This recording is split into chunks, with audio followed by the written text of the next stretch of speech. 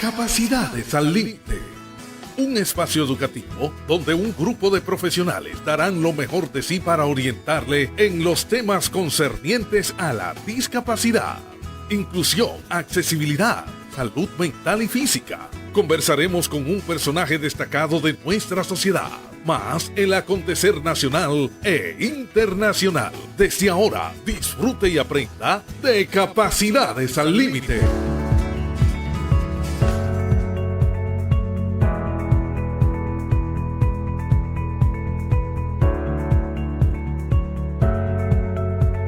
Buenos días, gentiles amigos oyentes. Llega el sábado y con este día llega Capacidades al Límite por Éxitos 90.5 FM. Un elenco de profesionales hasta las 9 de la mañana, hasta las 10. Brindará un contenido, esperamos les resulte interesante a todos nuestros amables oyentes a nivel del globo terráqueo. El equipo de producción de Capacidades al Límite lo encabeza la licenciada Ana García, José Fernández, Ramón Gil, Sergio Almonte y en la dirección técnica Nilson Medina. Como siempre, hoy tenemos una profesional extraordinaria, miembro distinguida del Departamento de Evaluación Integral, Diagnóstico y Seguimiento del Centro de Capacitación para Ciegos. Buenos días, licenciada Ana García. Buenos días, Sergio. Buenos días para todos los fieles oyentes que sábado tras sábado sintonizan su programa Capacidades al Límite. Como siempre, venimos con un interesante contenido. En nuestro tema central vamos a tener a la licenciada del Maylin Martínez.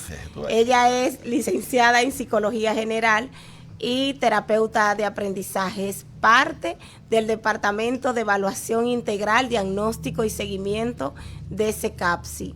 Pero más adelante vamos a seguir hablando un poquito más acerca del Maylin. Buenos días, Ramón. Sí, buenos días, Santiago, Ciudad Corazón. Buenos días, Sergio, Anita, José. Buenos días, Nilson. Como siempre en los controles, buenos días a la licenciada del Maylin Martínez que nos acompaña en el día de hoy. Adelante, José.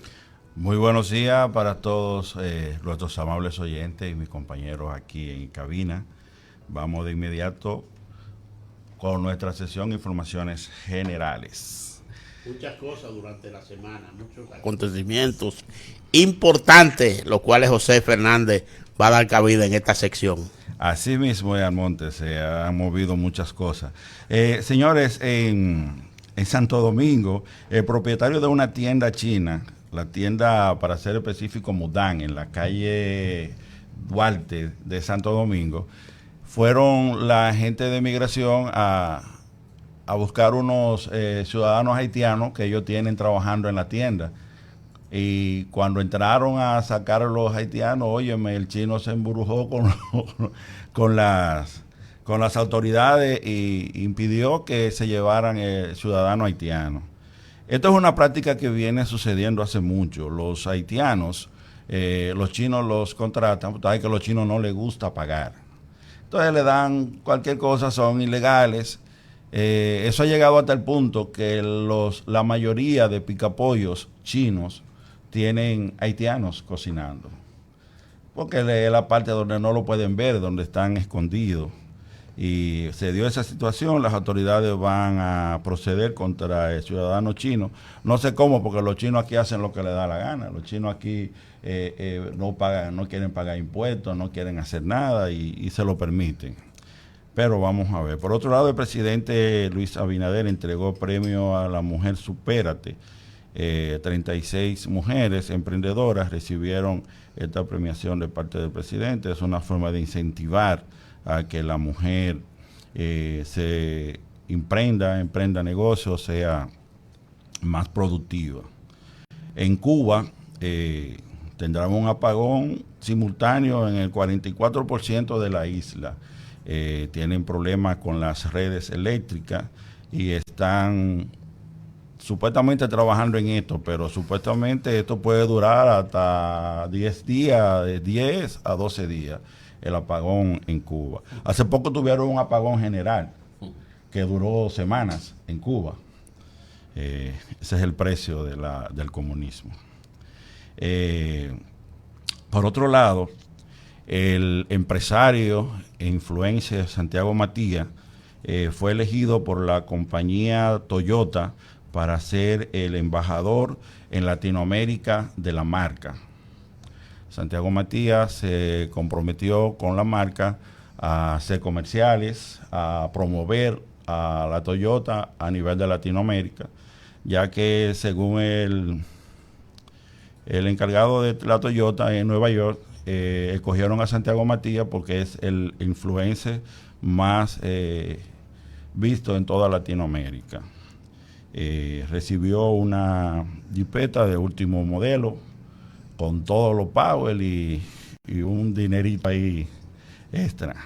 Eso. Por otro lado, señores, Donald Trump, yo no sé qué es lo que Donald Trump busca, no sé qué es lo que él quiere, porque ahí vi que aumentó los aranceles al hierro y a la ¿cómo que se llama? Al aluminio en un 50% los aranceles. Eso es algo nunca visto. Un 50% de aranceles, eso es demasiado. Por otro lado, veo que suspendió entrevistas para visa de estudiante en todo el mundo. Le prohibió a las embajadas norteamericanas en todo el mundo dar visa para estudiantes. No quiere estudiantes inmigrantes en Estados Unidos. Y los que están allá le está haciendo la vida imposible para que se vayan. Parece que Donald Trump se asesora solo. Parece que no aguanta asesoría de nadie, ni la acepta, ni se lleva de nadie, porque... Y aparentemente él ocasiona impacto de efecto en principio, porque los tribunales le anulan las medidas en principio y después la llevan a la Suprema y la mayor parte de las medidas pues la han restaurado, aunque él ha tenido que bajar la guardia en ciertos aspectos, pero aparentemente se le fue Elon Musk y no sé, anda como un caballo desbocado, es la verdad. Es que una persona que tenga conciencia no está al lado de Donald Trump. Eso es lo que él está haciendo.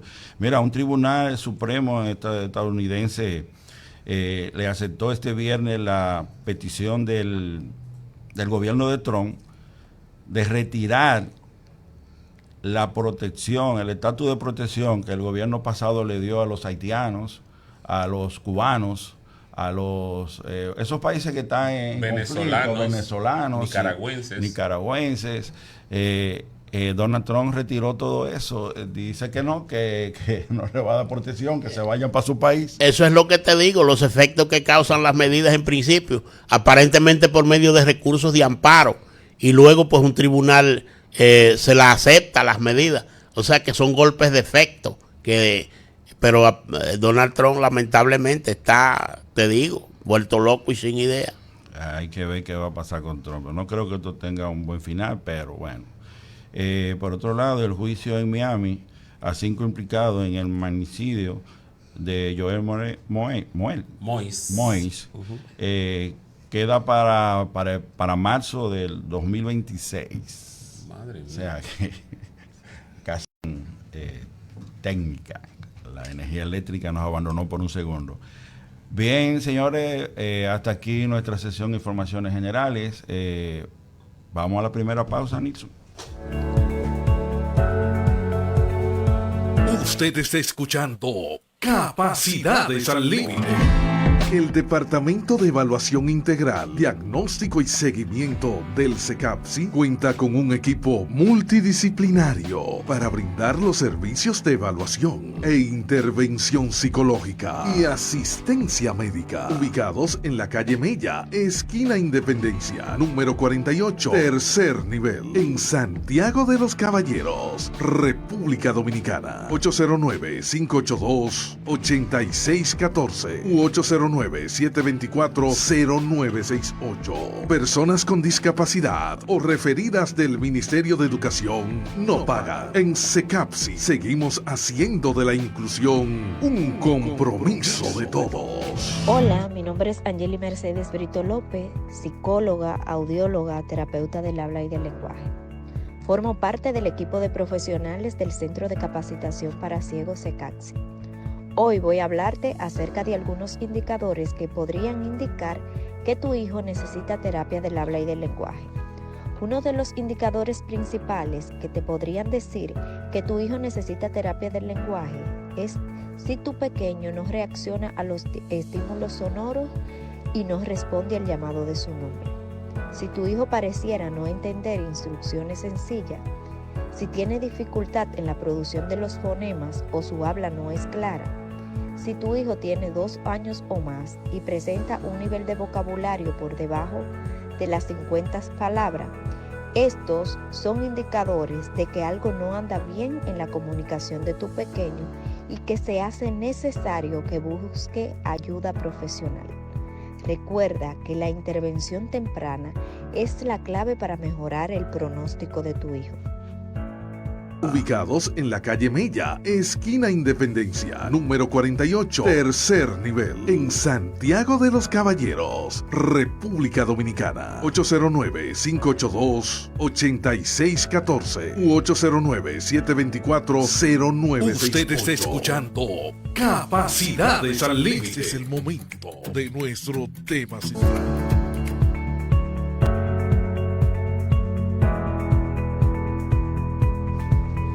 Seguimos con más de su programa Capacidades al Límite y como siempre a esta misma hora es el momento de nuestro tema central. Como dijimos al inicio, tenemos el día de hoy a la licenciada Delmaylin Martínez. Ella es licenciada en Psicología General, es estudiante de término de la maestría de Psicología Clínica, recién inscrita también en la maestría de Neuropsicología Clínica, sí, porque es importante decir que Delmaylin es parte del Departamento de Evaluación Integral, Diagnóstico y Seguimiento de CECAPSI, es nuestra terapeuta de aprendizaje y nuestros integrantes, nuestros colaboradores del departamento siempre están a la vanguardia, siempre se están capacitando, se están preparando. Ese es nuestro objetivo, esa es nuestra misión. Hoy Delmaylin nos va a hablar sobre la adicción a la pantalla y su impacto en el rendimiento académico. Bienvenida, Delmaylin. Muy buenos días, realmente es un placer poder estar aquí el día de hoy y compartir con esta audiencia, ¿verdad?, de Capacidades al Límite. Un placer poder compartir y abordar este tema tan importante como es la adicción a las pantallas y el impacto que trae, ¿verdad?, en el rendimiento académico.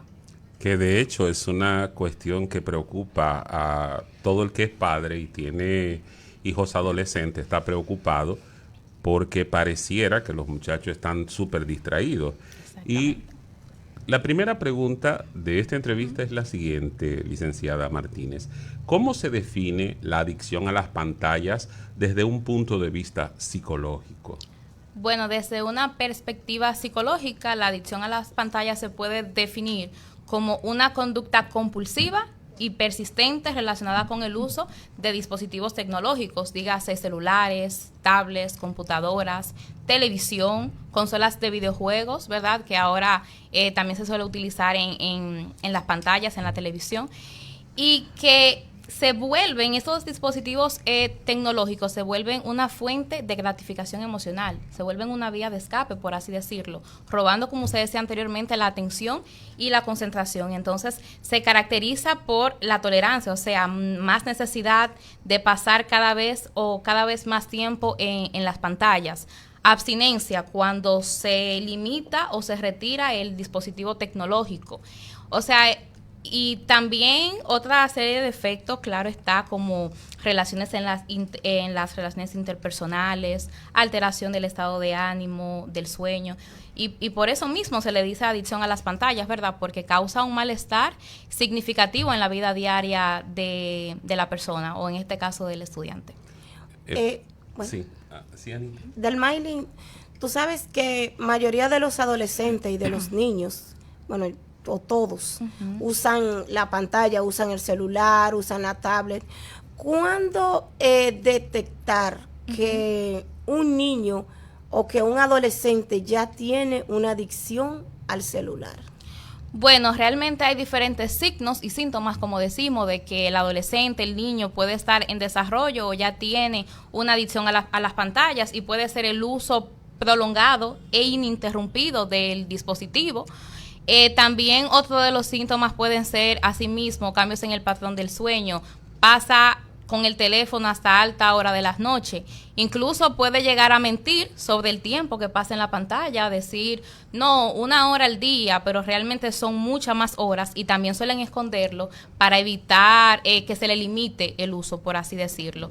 También en la parte del descuido, en la higiene, la alimentación, cambios en el estado del ánimo. Ahí mismo también viene el bajo rendimiento escolar, que los padres se suelen dar cuenta cuando lo llaman de la escuela, que el niño está presentando bajas calificaciones, cosas que antes no presentaba. Entonces ahí podemos ver algunos signos de que se está desarrollando o ya puede estar presente una adicción a las pantallas. Proyectando la sociedad del futuro, si esa adicción pues se agiganta y se expande, podríamos tener una sociedad, y valga la redundancia, de zombies, de gente abstraído totalmente. Entonces, definitivamente hay que tomar algún tipo de medida, y que en principio, ¿cuál sería un muro de contención? No para que los muchachos se alejen de la pantalla, porque eso no se va a lograr, porque es una generación totalmente nueva, totalmente incipiente. Digital. Pero entonces, ¿qué tipo de solución, qué tipo de aditamento de contracción podríamos, por lo menos para aminorar, para si hay una adicción de un 70, un 80, un 90%, aminorarla a 50, 40, qué sé yo? Exactamente, es como usted dice, ya el efecto de las pantallas ya es algo que no va a haber marcha atrás, porque vivimos en un mundo digital, en un mundo donde cada vez la tecnología, la inteligencia artificial son cada vez más crecientes. Entonces, la tecnología también ha llegado a los centros educativos, lo que hace también que a veces sea un poquito más difícil aminorar el tiempo que los estudiantes pasan en pantalla, porque muchas de las asignaciones de la clase son se utilizan los recursos digitales, no los dispositivos. Ya tenemos en aula pantallas digitales, tenemos tablets, computadoras para que los niños hagan las clases, pero lo que podemos hacer, ¿verdad?, para tratar de aminorar o tratar de controlar un poquito el uso excesivo, para que no acarre, ¿verdad?, o no caiga en una adicción a las pantallas, es poder controlar el tiempo de uso que dure el niño, el adolescente. Por ejemplo, en la parte también de la sobrecarga de tareas, si hay muchas tareas que se hacen en dispositivos tecnológicos, también tratar de reducir esas tareas, porque tareas que requieren, ¿verdad?, la tecnología, también a consecuencia o a largo plazo pueden traer fatiga, ¿verdad?, fatiga mental, estrés y también otras consecuencias acarreadas en esa parte. Licenciada, ¿y qué diferencia hay entre el uso excesivo de la pantalla y la adicción? Porque tú puedes usar mucho la pantalla por asuntos de trabajo, pero ya cuando se vuelve una adicción, ¿cuál es la diferencia? Exactamente, es excelente esa pregunta realmente, porque es así como se dice. Realmente yo creo que indirectamente todos hacemos uso excesivo de la pantalla, porque como vivimos en un mundo digital, a veces es muy difícil permanecer mucho tiempo alejado de ellas. Pero la diferencia es que en el uso excesivo de pantallas, ¿verdad?, podemos pasar tiempo, o por ejemplo, enfocándolo en el ámbito académico o escolar, ya ahora que viene el tiempo de las vacaciones, se va a dar también un uso excesivo de las pantallas, porque los niños, los adolescentes van a estar en la casa, van a estar de vacaciones, van a tener más tiempo de ocio para pasar en las pantallas. Pero la diferencia radica en que cuando tenemos una adicción a las pantallas, ya vienen efectos, por ejemplo, de la abstinencia. Cuando se retiran las pantallas, cuando se le limita el uso, viene la ansiedad, la irritabilidad, viene también la poca tolerancia, por así decirlo. Entonces, todo esto va creando un malestar significativo en la vida diaria que afecta las relaciones interpersonales, hace que, por ejemplo, el niño o el adolescente pierda interés, desmotivación por actividades, vamos a poner física o con amigos en el mundo real, por así decirlo, por pasar tiempo en la pantalla. O sea, ya nada que tenga que ver con la parte real le llama, solo le llama el contenido digital. Entonces, cuando vemos estos signos, estos síntomas de tolerancia, de abstinencia y el poco control también, cuando no tiene dominio de poder controlar qué tiempo pasa en las pantallas, entonces ahí podemos hablar de una adicción. Entonces ahí radica la diferencia. Licenciada, una de las trampas del presente y de la tecnología es algo que mencionó al principio, y es la gratificación emocional. Exactamente. El ocio y el aburrimiento sirvieron para desarrollar la creatividad. Hoy en día a un niño no se le puede dejar ocioso, ni se le puede dejar que se aburra, porque eso se considera un mal. Cuando sabemos y se dice que Isaac Newton inventó el cálculo en medio de una pandemia, entonces en vez de aburrirse, él inventó una de las ramas de las matemáticas. Entonces, mi pregunta es, ¿a partir de qué edad ha notado usted que empieza a haber mayor riesgo de adicción a las pantallas en los niños? ¿Y por qué a los niños hoy en día no se les da tiempo para que con ocio y un poquito de aburrimiento desarrollen la creatividad? Bueno, yo creo que la parte o la edad donde suele haber más riesgo suele ser entre los 10 y 12 años, que es cuando ya los niños entran en la etapa de la preadolescencia y ya entonces casi siempre, y también el tiempo de darle un teléfono al niño cada vez va más en descenso. Ya tiene un dispositivo celular, que es lo que tiene más fácil acceso, y ya entonces ahí comienza el mundo de las redes sociales, de los contenidos digitales, de la mensajería instantánea. Entonces se va sumergiendo, ¿verdad?, a todo este contenido digital, lo que lo vuelve realmente vulnerable, porque ya va a pasar más tiempo en pantalla. Entonces lo vuelve más vulnerable a una adicción de las pantallas. No obstante, también dentro de los 3 y 5 años, que como le digo, cada vez más rápido los niños están expuestos a pantallas, también si no se controla a tiempo, no se regula ese uso, también puede ser bastante riesgoso para las habilidades cognitivas y socioemocionales. Muy bien. ¿Y de qué manera la adicción a las pantallas influye en la atención y concentración de los estudiantes? O sea, ¿cómo es que bloquea la atención y la concentración de los niños, la adicción a la pantalla? Bueno, las pantallas, el uso de pantallas altera, ¿verdad?, los circuitos cerebrales. Y por ejemplo, el bombardeo de información, la secuencia rápida de imágenes, de videos, va haciendo que el cerebro se acostumbre a la información rápida. Entonces va haciendo que el estudiante o la persona se le vuelva más difícil centrar la atención o mantener la atención en actividades más prolongadas. También se da mucho lo que es la multitarea, en el que el estudiante piensa o cree que puede hacer varias cosas al mismo tiempo. Por ejemplo, chatear mientras hace la tarea o haciendo la tarea mientras escucha música.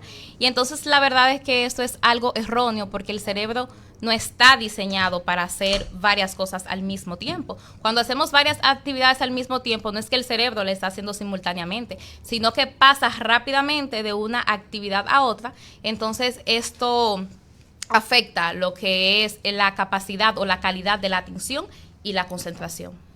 Licenciada, de lo intelectual, ¿qué tanto afecta o beneficia la adicción a la pantalla? El uso de la pantalla. Sí.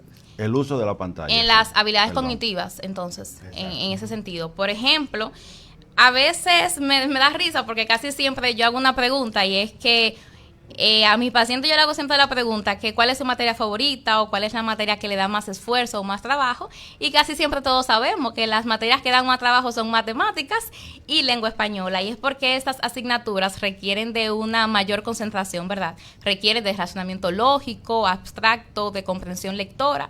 Entonces, cuando tenemos el uso excesivo de pantallas o la adicción, que afecta, ¿verdad?, la atención, la comprensión, entonces por eso hace que estas asignaturas requieran de mayor concentración, de mayor atención. Por lo tanto, lo vuelven materias más difíciles para ellos.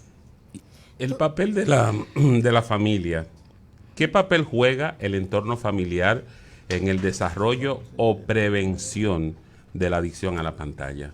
La familia en todo es clave, ya que de por sí todo empieza en el hogar. Entonces, cuando tenemos padres a veces que son muy permisivos, que no regulan el tiempo, el uso que el menor dure en las pantallas, que muchas veces también en muchas ocasiones tenemos adultos con conductas adictivas al aparato tecnológico. Entonces los niños actúan mucho por imitación. Si eso es lo que están viendo en la casa, o sea, aparatos tecnológicos sin ningún control, puedo usarlo el tiempo que yo quiera y no me lo restringen.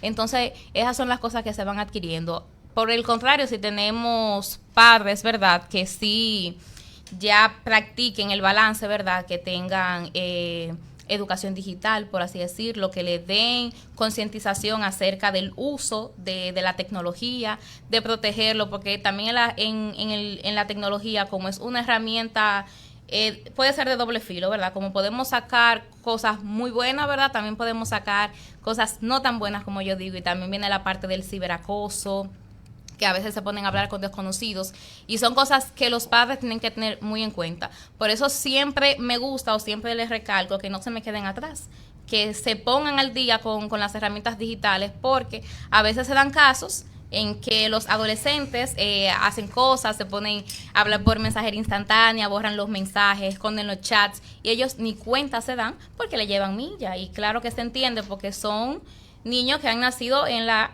era digital y van mucho más adelantados, y por eso yo siempre les digo que traten de educarse digitalmente para que no se queden atrás y puedan entonces poder concientizar y ayudar y darse cuenta a tiempo cuando haya un problema relacionado con todo esto de la tecnología y las pantallas. Tú sabes que hay un asunto que a mí o sea, que yo entiendo que ha venido a favorecer a la familia, pero también ha tenido su desventaja, que es la jornada extendida del Ministerio de Educación.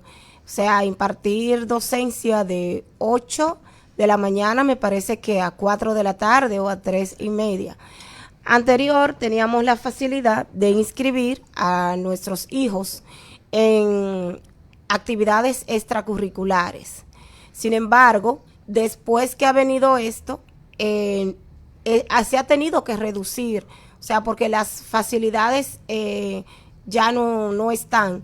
Entonces, yo pienso que aparte de también de favorecer en este aspecto, también ha favorecido más la adicción a la pantalla, porque como le dice todo un muchacho que se pasa de 8 de la mañana a 4 de la tarde en una escuela, que viene a usar la tablet a las 5 de la tarde, ¿cómo le dices tú? Y que no me use la tablet, o sea, te va a usar como excusa, le usa como excusa a muchos padres. Bueno, yo me pasé tantas horas en la escuela y muchas veces ni la tarea quieren hacer. Entonces yo pienso que, un comentario un poquito fuera de contexto, pero yo pienso que los padres, para llegar a mi pregunta, o las autoridades deben implementar ya, hacer buen uso de la tecnología de manera positiva, implementar estrategias en los centros educativos que le permita a los estudiantes pues usar la tecnología a su favor, porque yo pienso que ahí lo que ha faltado es más contenido, más estrategias educativas para que los estudiantes puedan capacitarse y puedan aprender la parte positiva del uso de la pantalla, porque es que se pasa todo el tiempo con un contenido de, qué sé yo, de matemática, lengua española, pero le ha faltado al currículum de educación agregar más aspectos, más estrategias psicoeducativas. ¿Piensas tú que esto ha desfavorecido el uso de la jornada extendida, ha desfavorecido la unión también familiar y también ha favorecido la parte del uso de la tecnología por el tiempo que los estudiantes pasan en las escuelas? Mira, yo creo que todo en la vida tiene sus ventajas y desventajas, y es como usted dice, así mismo.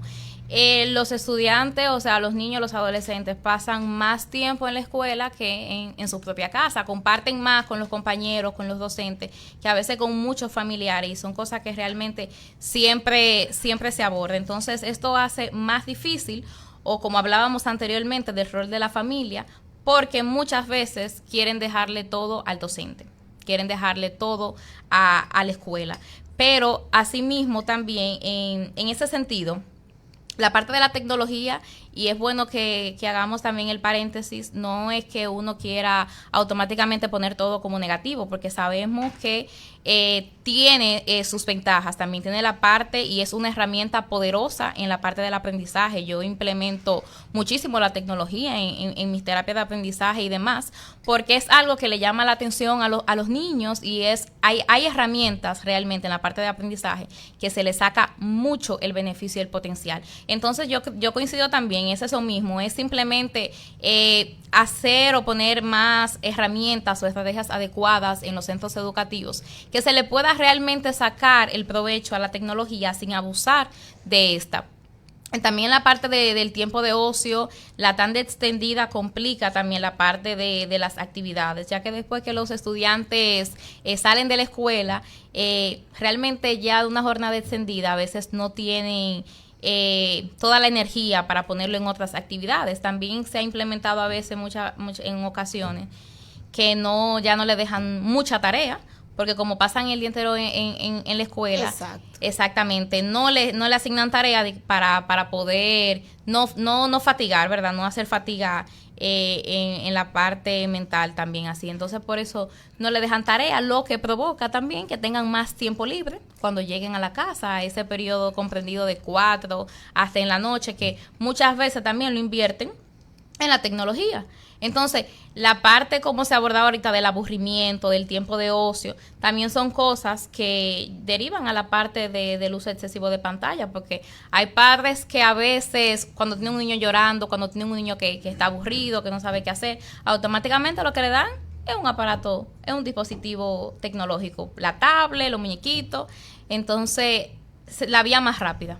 Siempre se usa esa, la vía más rápida. Ha favorecido bastante la jornada extendida, porque muchos padres que no podían trabajar ya se olvidan, trabajan de 8 a 4, de 8 a 3 y saben que su hijo, porque lo ven como un lugar seguro, que claro, su hijo está seguro en la escuela.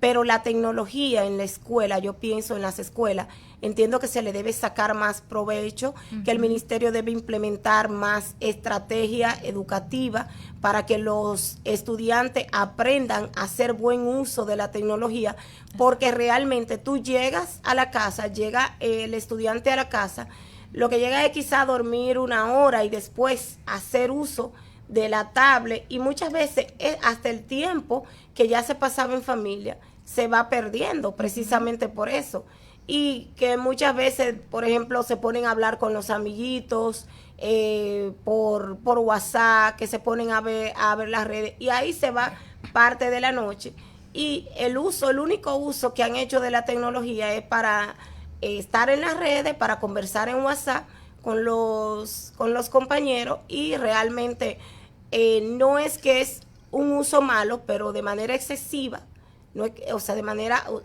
es muy mal.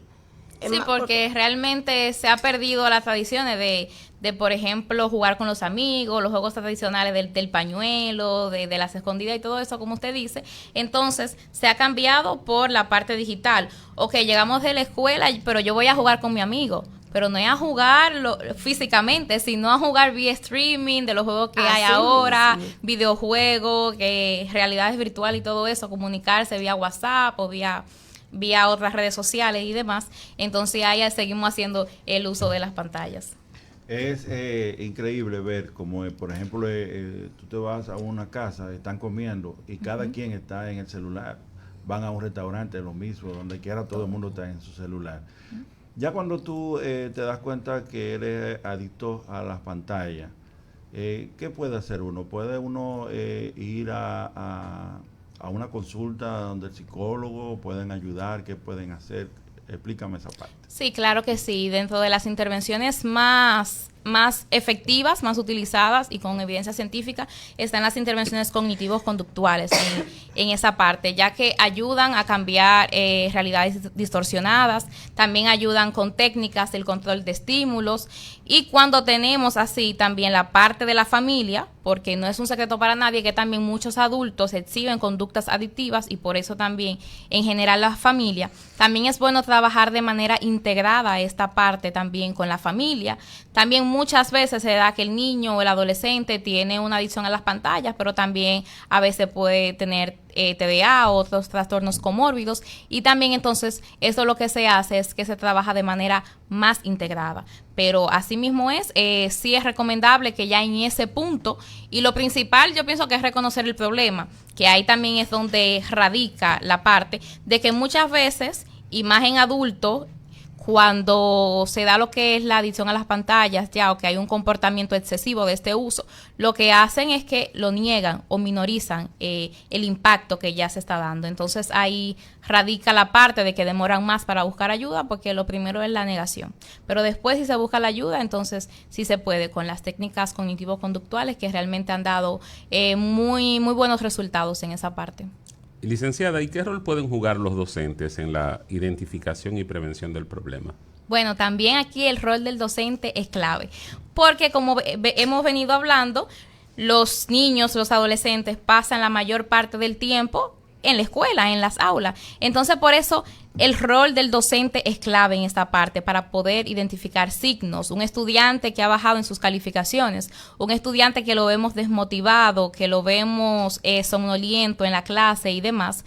Entonces, ahí el docente puede jugar un rol importante para la prevención en conjunto con los orientadores o el psicólogo del centro. Por eso es clave que los docentes siempre estén actualizados en la parte del mundo de la psicología, de la parte de la educación digital para la prevención. Yo pienso que la prevención pedagógica es la clave y debe ser también el objetivo de todos los docentes, ya que ellos son la principal, ¿verdad?, herramienta para poderse dar cuenta de ciertos problemas o ciertas problemáticas. Muchas comparecencias extraordinarias dentro de Capacidades al Límite. El Departamento de Evaluación Integral, Diagnóstico y Seguimiento hace sus aportes para concienciar la población en sentido general. Pero esta es una de las comparecencias extraordinarias de la psicóloga de Smiling Martínez, que realmente está exponiendo temas interesantísimos. Vamos con la siguiente pregunta. Licenciada, ¿cree usted que es posible lograr un equilibrio saludable entre el uso de pantallas y el rendimiento académico de los alumnos? Claro, por supuesto. O sea, y esa debe ser la clave, como hemos venido diciendo aquí, porque las herramientas tecnológicas, los dispositivos son unas herramientas potenciales para capacitar el aprendizaje de los estudiantes. Entonces, eso es el objetivo que todos tenemos que lograr, ¿verdad? Poder hacer ese equilibrio, tanto en la escuela, que ya sabemos que también en la parte de la escuela cada vez es más digital, la parte de las tareas también se está implementando más la tecnología. Y también en la casa, ¿verdad? Ya cuando los niños y los adolescentes están en la casa, que le dan uso a las pantallas, tratar y lograr ese equilibrio, ¿verdad? Dentro del tiempo de ocio, el tiempo de estudio, que puedan equilibrar el entretenimiento, ¿verdad? Porque claro está, no todo tiene que ser clase, tiene que ser tareas. Entonces yo pienso que poder equilibrar el entretenimiento, el tiempo de ocio, junto con la parte académica, saber organizar el tiempo, debe ser la clave y el objetivo que se persiga tanto como docente, maestro, y en el caso cuando hablamos de terapia de aprendizaje. El nivel socioeconómico de los adolescentes influye de alguna manera en los hábitos digitales de estos. Bueno, sí puede influir en ciertas partes, porque como sabemos, a veces en entornos socioeconómicos más bajos, el acceso a dispositivos tecnológicos puede ser más limitado, así también como el tiempo que veníamos diciendo de poder brindarle a los niños o a los adolescentes otras estrategias de entretenimiento, dígase por ejemplo algún deporte, alguna actividad artística, pero en un nivel socioeconómico más bajo, este tiempo de actividades a veces no siempre es posible, aunque también ahora contamos con muchos deportes, muchas cosas que son bajo costo, que son gratis y que también las personas de un bajo nivel socioeconómico pueden, ¿verdad?, poner a los niños en esa parte. Pero, por otro lado, en un nivel socioeconómico más alto, para nadie es un secreto que siempre hay varios dispositivos electrónicos, hay televisiones, hay tablets, hay celulares, entonces eso hace que el uso desmedido de los dispositivos electrónicos sean más, incluso al mismo tiempo. He visto casos donde hay niños que usan el teléfono, pero también están usando la tablet, pero también están viendo la televisión. Entonces, toda esta sobrecarga de estímulos también entonces puede ser muy perjudicial. Tú sabes... Siga.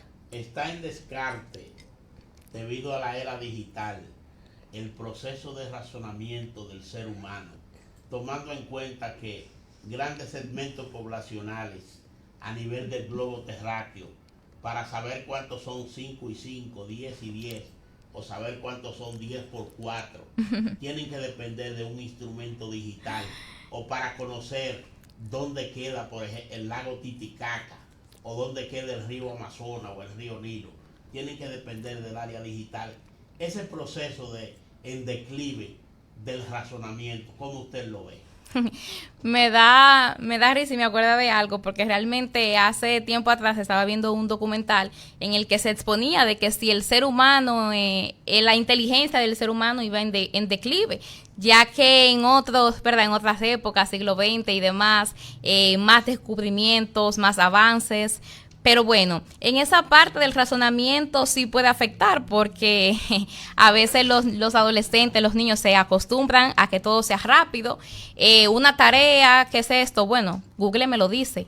O el famoso, como estamos viendo, ChatGPT. ChatGPT lo hace por mí, tengo un ensayo argumentativo, ChatGPT lo hace por mí, no tengo que pensar, no tengo que usar el razonamiento, ¿verdad? Entonces, esto hace que la producción del estudiante sea menor. A veces a los estudiantes les cuesta muchísimo responder una pregunta que a veces uno dice, bueno, es sencilla porque realmente es tu opinión, es lo que tú piensas. A veces cuando se topan con preguntas de ¿por qué? ¿Y qué tú piensas de esto? O sea, son preguntas que ustedes no saben el trabajo, el agotamiento mental, como yo digo, que les da resolver esto, porque tienen que pensar. Entonces, son cosas que a veces por la misma rapidez de la tecnología se ha perdido. ChatGPT me dice la respuesta en 1 segundo, 2, y yo no tengo que pensar. ¿Por qué me gusta esto? Y van y se lo preguntan a sí mismo, a Google, a ChatGPT, ¿por qué me gusta eso? Y pierden ese razonamiento. O sea, yo lo veo, aunque no lo crean, día a día, y esas siempre son de las preguntas que yo misma me hago y trato siempre de concientizarlos a ellos. Esas son las partes Exacto. que yo digo que han desfavorecido enormemente realmente el desarrollo intelectual de las personas, porque definitivamente la inteligencia artificial tendrá sus ventajas, pero a veces yo me encuentro, Ramón, tú que eres escritor, con escrito en las redes de personas que digo, wow, la inteligencia artificial realmente, mira, está haciendo su trabajo. Porque tú cuando escribes mucho te das cuenta, que incluso cuando uso de inteligencia artificial, porque hasta las palabras clave que utiliza la inteligencia artificial, tú como persona acostumbrada a escribir, tú te das cuenta que fue un texto elaborado con inteligencia artificial y realmente, no sé, tiene sus ventajas, claro que sí, en muchas cosas, pero siempre el ser humano busca la parte negativa, el mal uso, porque muchas personas sus tareas, todo, lo hacen a través de la inteligencia artificial ahora. ¿Y quién le dice a un estudiante que tú le pidas, por ejemplo, un ensayo sobre vamos a decir, sobre este mismo tema, sobre el impacto de la adicción a la pantalla en el rendimiento académico?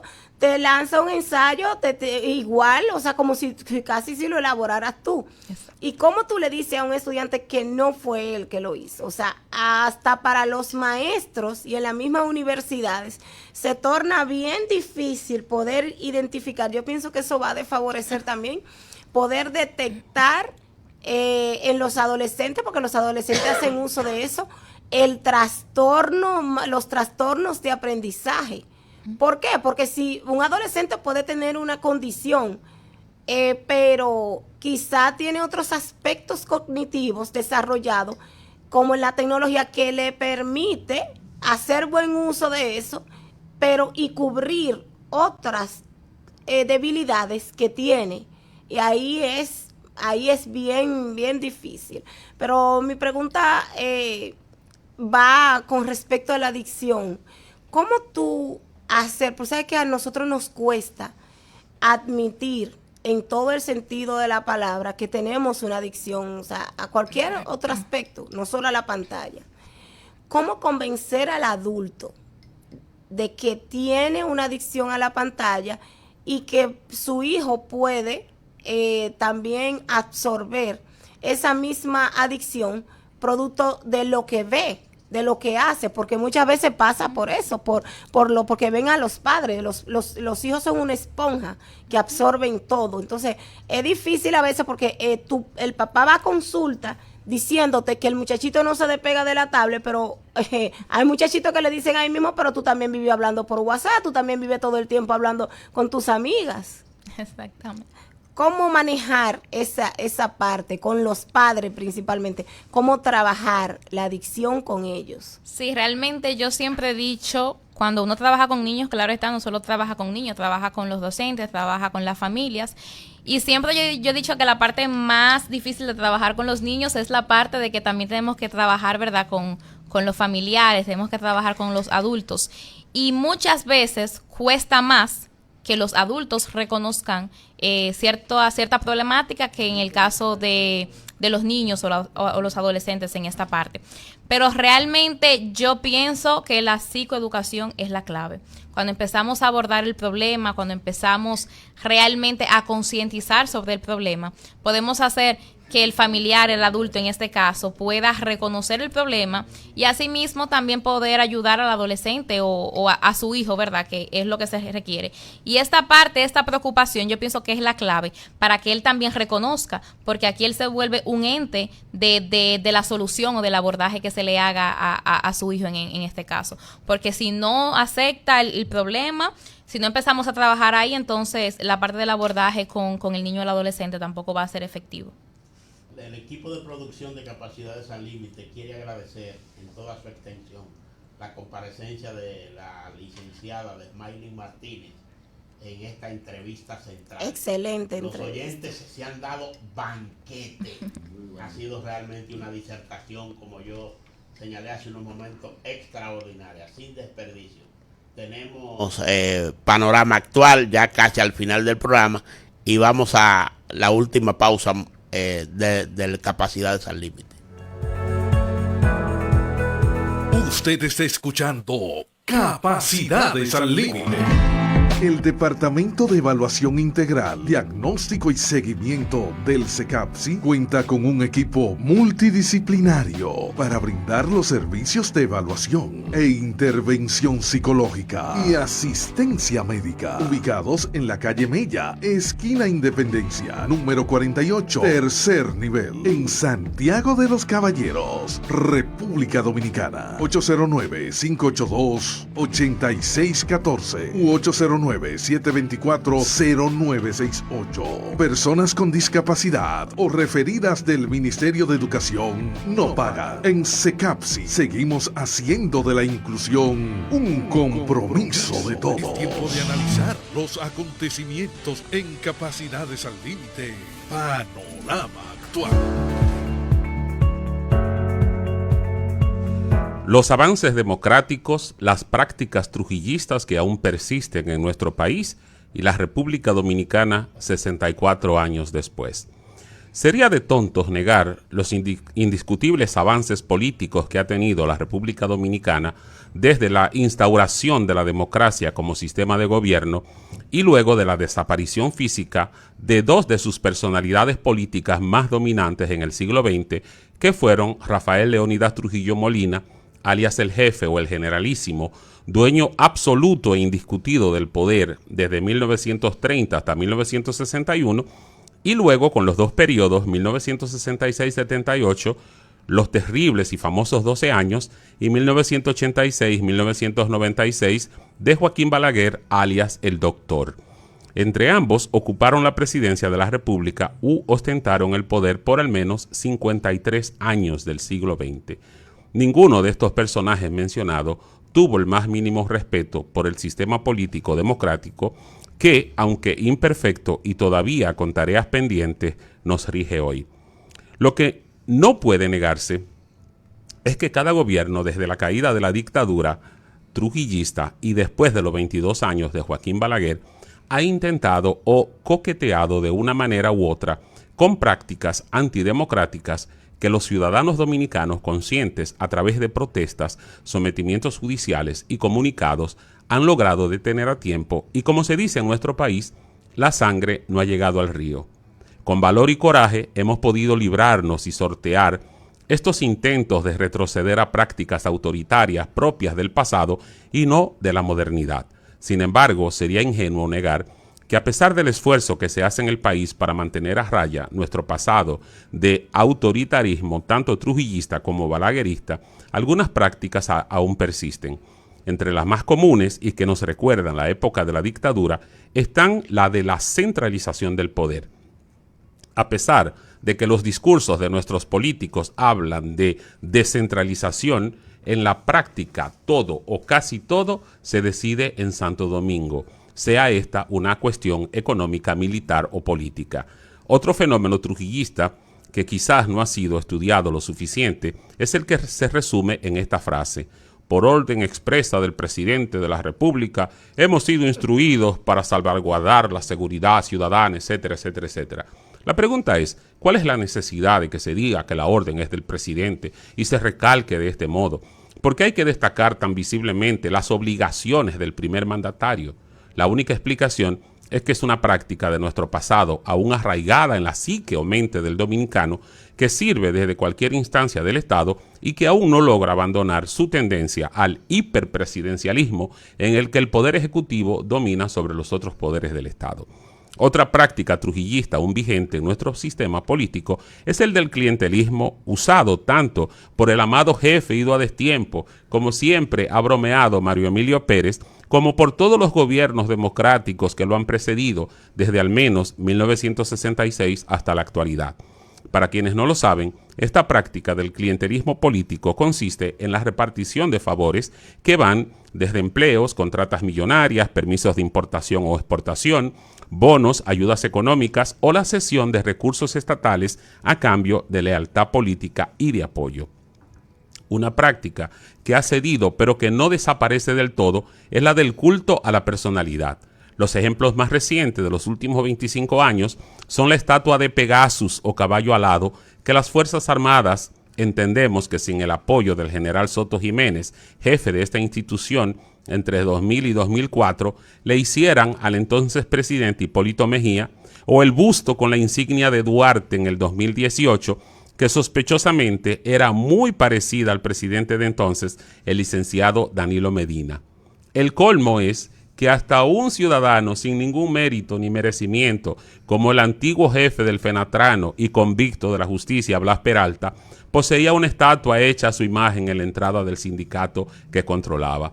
Otro rasgo trujillista que se niega a desaparecer es la práctica de la represión, usada por cada gobierno que ha estado en el poder.